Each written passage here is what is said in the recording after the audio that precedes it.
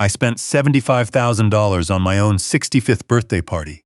I rented the Riverside Pavilion, the finest banquet hall in Crestfield County, the same room where my wife Alice and I had celebrated our 25th anniversary, where my daughter had her wedding reception, where I once signed papers on our 6-store location over a handshake and a glass of bourbon. I paid for the catering, the flowers, the open bar, the live band. I even paid to have Alice's favorite roses, yellow ones, arranged on every table, because I still set a place for her somewhere in my chest even when she's not in the room. At the front entrance, my daughter met me at the door. She was wearing the emerald dress I'd bought her for Christmas, and she looked at me the way you look at someone who's shown up to the wrong party. "Dad," she said, touching my arm lightly, "tonight's gotten kind of complicated. Kent's using this evening to meet with some business contacts, finance people. It's really not your kind of crowd." I looked past her through the glass doors. I could see the tables I'd paid for, the flowers I'd chosen, men in suits I'd never seen before, laughing with my son-in-law, holding glasses of wine being poured from bottles I'd put on the invoice. "You should head home," she said. "Get some rest. We'll do something smaller for your birthday this weekend, just the 4 of us." She smiled. It was the smile she'd been practicing since she was 9 years old, the one that looked like kindness and felt like a door slamming shut. I drove home. I sat in my truck in my own driveway for a long time before I went inside. The next morning I had 147 missed calls. Before I tell you what I did with every single one of them, let me tell you who I am. Because that matters. It matters a great deal. I started with a single hardware shop my father left me when I was 28 years old. The building had a leaky roof, a cash register from 1961, and a debt I couldn't see the bottom of. I worked that shop 6 days a week for 3 years before I saw a profit. My wife Alice stood behind that counter with me. She did the books on a yellow legal pad at the kitchen table every night after our daughter was asleep. By the time I stepped back from daily operations 18 months ago, Crestfield Building Supply had 6 locations, 41 full-time employees, and was doing $4.2 million in annual revenue. A certified appraiser valued the business at just over $9 million. I stepped back because Alice got sick. Stage 3. I needed to be with her, not behind a counter. I put our daughter Greta in charge of day-to-day operations and gave my son-in-law Kent, a man who had sold pest control services before marrying into this family, the title of operations manager. I signed a medical power of attorney so that if I were incapacitated during those months, someone could make health decisions for me. I was very specific about what that document covered. I had Adrian, my attorney of 22 years, draft it herself. Alice died 14 months ago. I went back to the office 2 weeks later and found things weren't quite right. The invoicing system had changed. My old warehouse manager, Rufus, 29 years with the company, a man who knows where every bolt is stored in every location, had been reassigned to a single store and told to stop attending management meetings. "They don't want me asking questions," Rufus told me over coffee. I told him I'd look into it. I looked the way a man looks into something when he doesn't want to believe what he's about to find.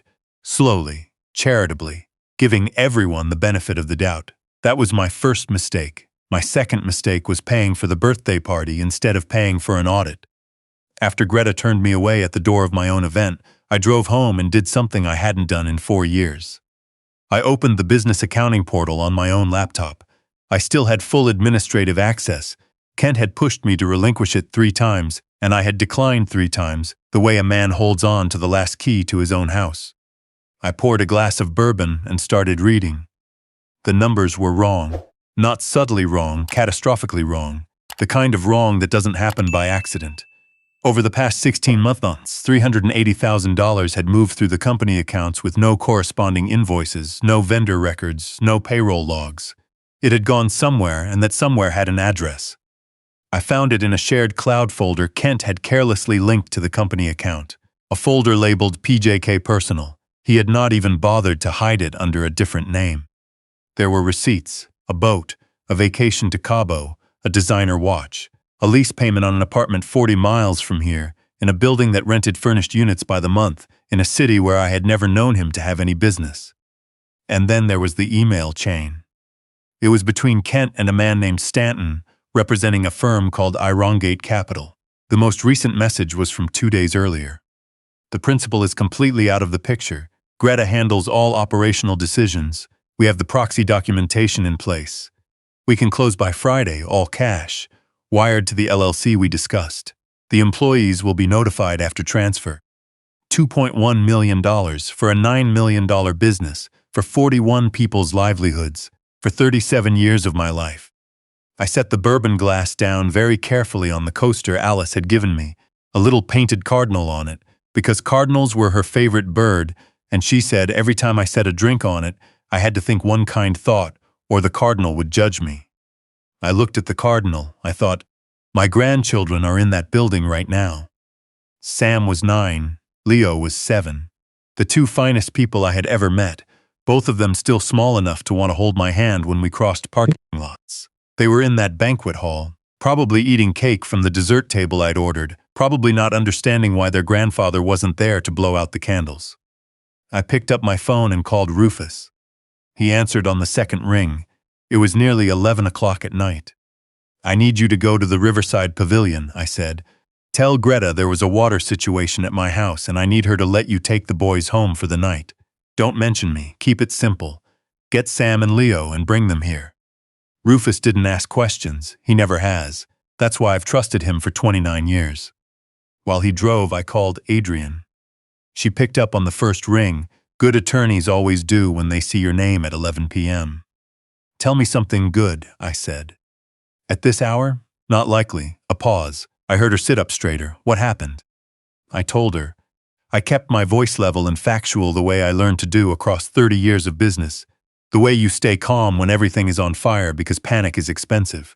I told her about the emails, about the $380,000, about the Irongate deal, about the Friday closing. The power of attorney, she said immediately. It's medical only. We wrote it medical only. I have the original. I know. Then any business document he signed using that authority is void, every single one. I know that too, which is why I need you to start tonight. She was quiet for a moment. When she spoke again, her voice had shifted into the register she reserves for cases she intends to win. Business accounts. I can flag them for fraud review right now. Any card linked to those accounts will start declining within the hour, and I'll have the power of attorney challenge filed before midnight. Another pause. He is going to know something's wrong the moment a card gets declined. Good, I said. I want him to know at the worst possible time. Rufus arrived with Sam and Leo 40 minutes later. The boys were half asleep, Leo carrying his shoes in one hand, Sam still holding a piece of birthday cake wrapped in a paper napkin. He held it out to me when he came through the door. Mom said you had a water thing, Sam said. I saved you some, it's chocolate. I took the cake. I sat down on the floor of my own foyer with two small boys leaning against me, and I ate that piece of cake and I did not allow myself to feel anything I couldn't control. Not yet. Rufus put them to bed in the guest room. I went back to my laptop. By 1 a.m, Adrian had frozen the business accounts and filed the challenge. By 2, every email, every receipt, and every wire transfer was in a secure file she could access from her own office. At 2:30, I changed out of the khakis and fleece vest I'd been wearing to the grocery store for the past year and a half. I went to the back of my closet and found the charcoal suit I'd last worn to a Chamber of Commerce dinner in 2019. It still fit. The tie I chose was dark blue. Alice bought it the year we opened the 4th location, and she said it was the color of certainty. I picked up the briefcase Adrian had dropped off at my door at midnight. Her car had been warm, the radio playing low. She'd handed it over and said only 4 words, "Go give them hell." Rufus drove me back to the Riverside Pavilion without being asked. The gala was winding down, but not over. Through the floor-to-ceiling windows, I could see Kent at the head table with 3 men I didn't recognize. Irongate, I assumed, and my daughter beside him, laughing at something, her hand on her husband's arm, performing the role of the confident, capable business couple. They had used my flowers, my band, my open bar. The name Crestfield was still on the welcome banner outside because it made the business look established. They had borrowed my entire life's work as a stage set for the theft of my life's work. I waited. The first sign came 20 minutes later. Kent excused himself from the table with the easy confidence of a man whose credit cards work. I watched him flag down the event coordinator, a woman named Bonnie who had worked every event at that hall for 6 years and who knew me by name, and I watched his expression change when she returned from the register. His card had declined. Not quietly.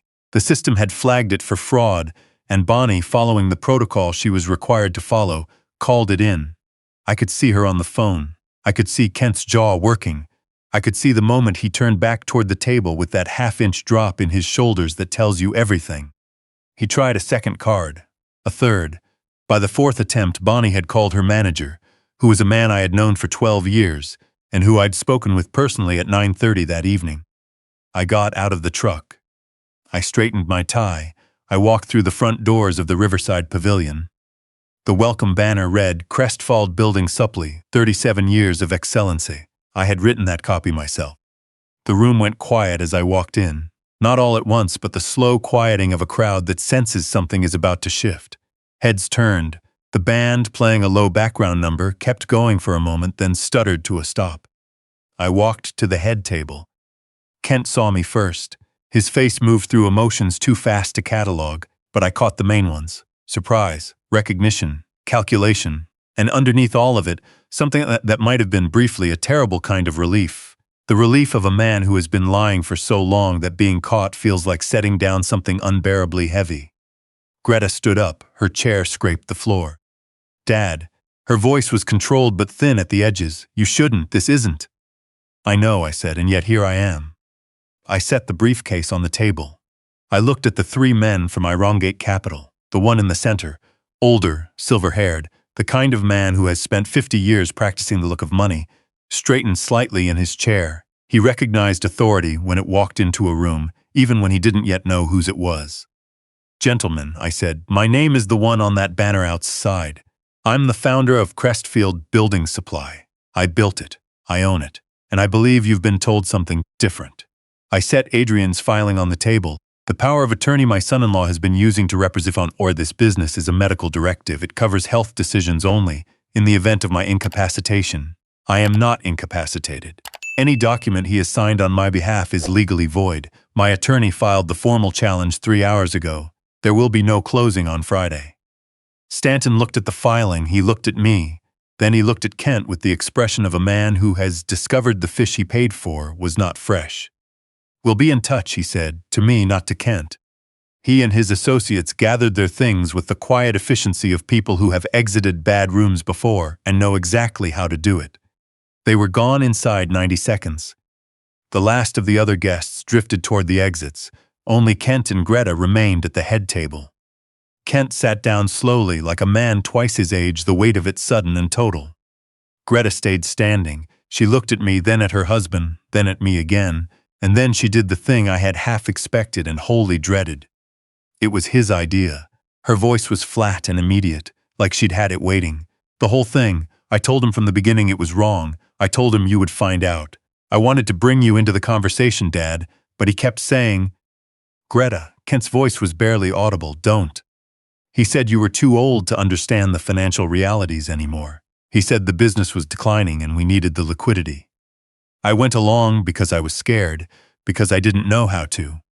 "You handed me the pen," Kent said. He was looking at the tablecloth every single time.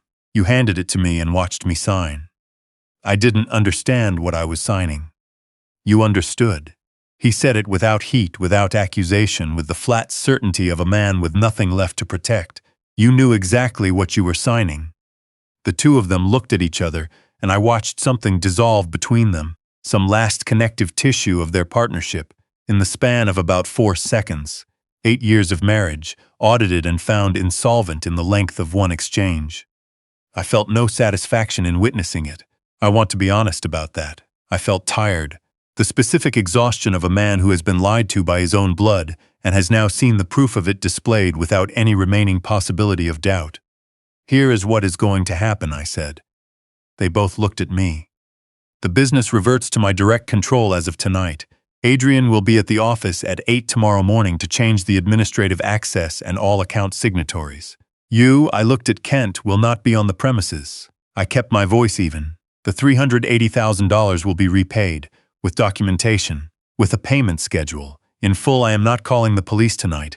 That is a courtesy I am extending once, and it expires at 8 a.m. If you are not cooperative with Adrian tomorrow, everything I have, every email, every receipt, every transfer, goes to the district attorney." Kent nodded, a very small nod, the nod of a man who has simply run out of room. I turned to my daughter. There are things a father wants to say in a moment like this, things that have been sitting in him for months, longer. If he is honest, things about how he noticed the small changes, the distance, the way she'd stopped meeting his eyes at dinners, the way she'd started finishing his sentences in directions that were slightly wrong. I had kept not saying them because I loved her, and because hope is a hard habit to break even when the evidence argues against it. I did not say any of them. "Your boys are at my house," I said. "They're asleep. You can come get them in the morning."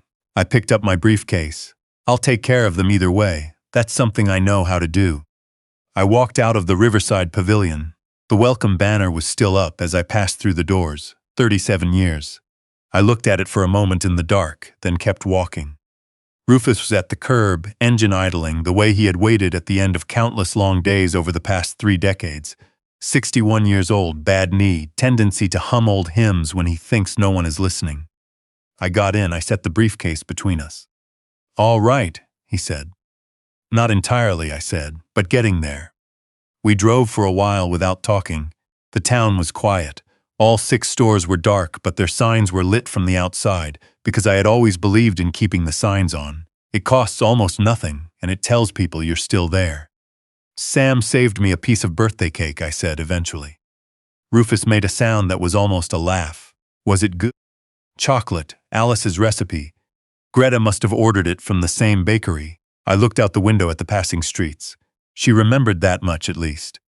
We passed the original location, the one with the leaky roof I fixed in 1994 and repainted in 2001. My father's name was on a plaque by the door that I'd installed in 2008.